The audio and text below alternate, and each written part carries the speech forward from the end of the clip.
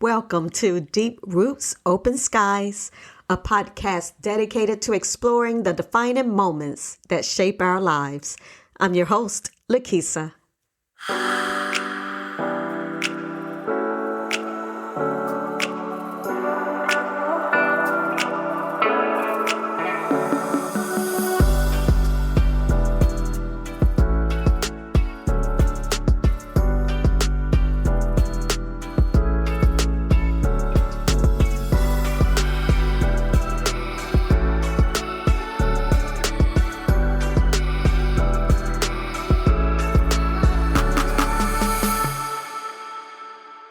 You notice how peace shows up like a cousin at a family cookout, only for 2 minutes, then gone until next year? Morning starts with 5 missed group texts, a headline that could give anyone hives, and your neighbor's kid practicing drums like he's trying out for the Avengers. I'm sitting at my kitchen table, coffee getting cold, and I feel that familiar squeeze, the one that says, "It's time to be on alert." Does that sound familiar? Welcome back to Deep Roots, Open Skies. I'm your host, Lakisa. Let's take a walk today.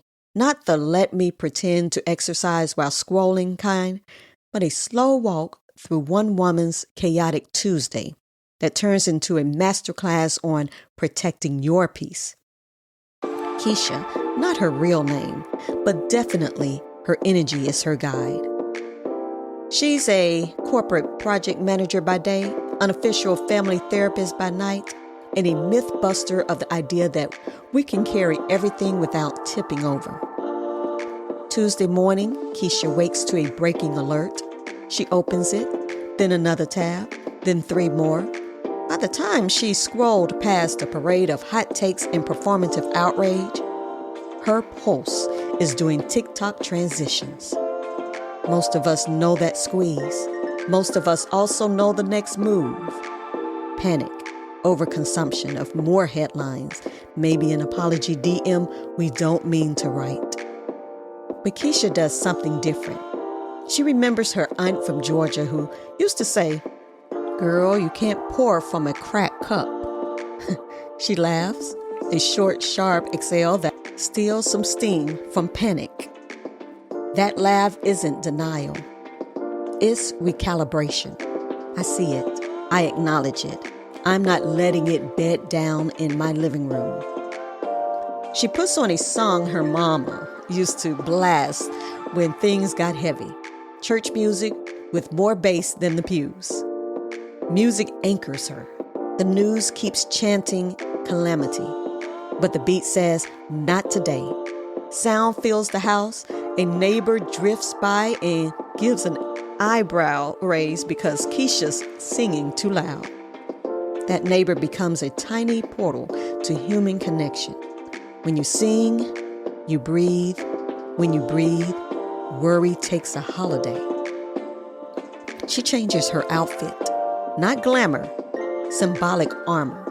Swapping a hoodie that screams, "Call me maybe," for a blazer that whispers, "Don't test me," is a small ritual with oversized power. Appearance is political and personal. Black women have always used our looks, head wraps, suits, lip gloss as negotiation with the world. This is diplomacy.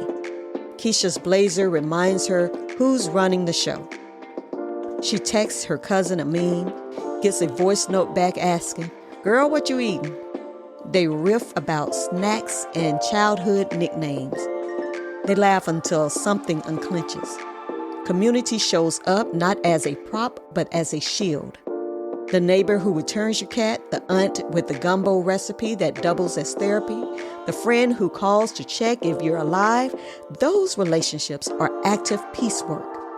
They reduce the isolation that makes headlines feel like the whole world. Then the phone rings. Big client, big issues.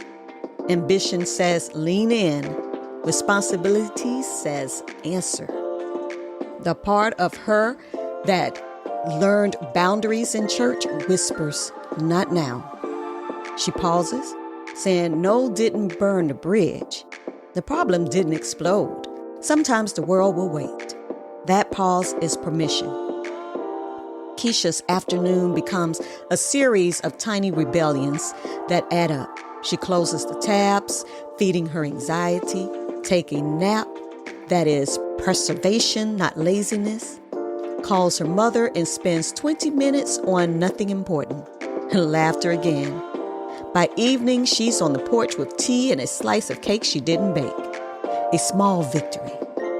Inside, the TV news still rages like white noise someone refuses to turn off. Outside, the fireflies hold their small lights. See, those tiny lights are the shape of peace. Now let's broaden the map without turning into a how-to list. Keisha's day is the anecdote. The science and history give the method.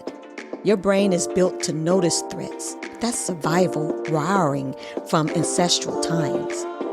Today's threats are different. Algorithmic outrage, generational trauma, bosses who think flexible equals always. The nervous system doesn't care about nuance. It catalogs danger and raises an alarm. Psychology names some of this. Allostatic load, the wear and tear from chronic stress. Imagine carrying groceries all day in one arm. At first you manage, then your shoulder screams. For Black women, that load compounds because we navigate race, gender, and often class pressures at once. That's not a metaphor for dramatic effect. Studies link prolonged stress to higher risk of hypertension, sleep, disruption, and immune changes. Protecting peace is therefore a form of health care. On the emotional side, emotion regulation is the skill. Noticing a spike, deciding where it sits in your house, giving it a chair rather than letting it sleep in your bed. This is not suppression. It's boundary setting with feelings. Neuroscience agrees. When you give your prefrontal cortex space to operate without being hijacked by stress hormones, your judgment improves. The angry email you thought you had to answer immediately, waiting until your mind is calm likely produces a wiser reply. Culturally, Black women learn to perform strength, juggle soothe, smile, all of that. Strength is adaptive. Patience can be a trap. The strong Black woman archetype is both pride and burden. Rescripting strength to include rest, refusal, and asking for help is radical and necessary. You see, protecting peace becomes an act of resistance and wisdom. Information intake matters too. Doom scrolling isn't neutral. Research shows it increases anxiety and depressive symptoms. Think of your media diet like food. Some things nourish, some things give you invisible sugar spikes. Curate deliberately. Sampling headlines like a wine flight. A measured sip, note taken, decision to swallow or set it down. Preserves your capacity to act meaningfully where it matters. Community is preventative, not just reactive. Those meme threads, weekly calls, and "you good?" texts are not fluff. Social connectedness buffers stress hormones and improves health outcomes. See, historically, Black communities used kitchens, churches, and stoops as strategy rooms. Reclaim that infrastructure as bulwark.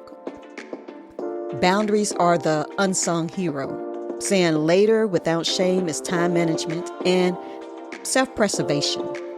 It reduces cognitive load and decision fatigue, which otherwise erode judgment and energy.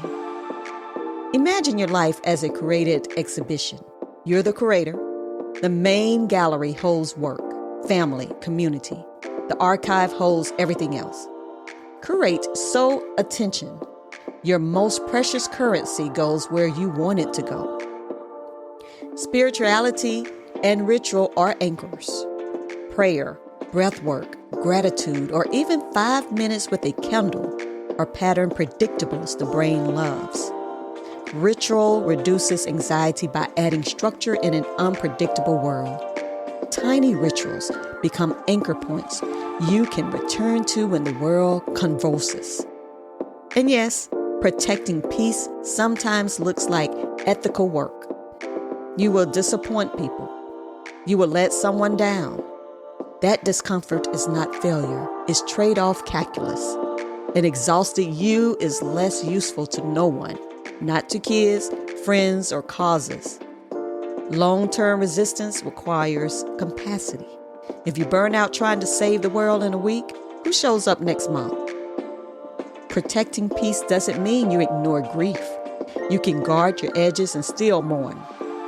In fact, honest rituals of grief, remembrance, honest conversation, private lamentation are part of protection.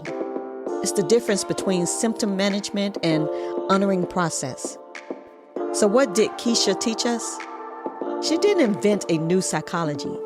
She stitched together tools she already had: laughter, music, community, wardrobe choices, naps, and the permission to postpone into a quiet, effective defense. That defense is active, tactical, and informed by history. Black women have long been architects of survival, building altars of resilience in kitchen and on porches with recipes and lullabies. Now we fold psychology and neuroscience into the blueprint. I'm not handing you a checklist to pin on your fridge. I'm offering an invitation. Notice where the noise comes from. Treat that feeling like a small child. Attend to it with tenderness, not a hammer.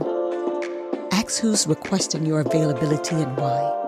Answer in your voice. You can be gentle and unbending at the same time. Fold people into your life selectively and lovingly. Build rituals that are non-negotiable. Not rigid rules, but secret codes you keep with yourself. Before we close, a practical, slightly indulgent note about snacks. Never underestimate edible self-respect. Keep something that feels tiny but luxurious. A piece of chocolate, a slice of cake you didn't bake, a spoon of peanut butter. It's symbolic. You are worth small pleasures even on messy days. It signals to your nervous system that care is present. Keisha goes to sleep that night bruised but intact. She didn't fix the world. She didn't have to. She held onto her shape. Sometimes that's enough. Protecting your peace is the prelude to action, not its opposite. It keeps your body healthier, your choices clearer, your spirit available for what matters. And here's the charge. Wake up tomorrow as the curator of your own atmosphere. Let that night's repair work be your rebellion against burnout. Choose the small acts that declare you are non-negotiable. The deep breath before the meeting. The dare to decline. The song that makes you stand taller. Know this. Every time you protect your peace, you are training yourself to show up with intention instead of defaulting to reaction. You are not cowardly for conserving your energy. You are tactical. Your steadiness becomes a gift to your children, your friends, your work, and every cause that needs you over the long haul. Protecting your peace is not a retreat from the flight. It is the strategy that lets you keep fighting on your terms. So stand firm, rest well, and return renewed. If this episode landed, text a friend a one-sentence version of your evening ritual. That small share creates a ripple effect, a tiny act of community protection. I'll be back next week with another porch, another story, and more ways we hold our edges while staying soft. Thank you for joining me on this episode of Deep Roots, Open Skies. Until next time, embrace your journey and keep exploring the possibilities.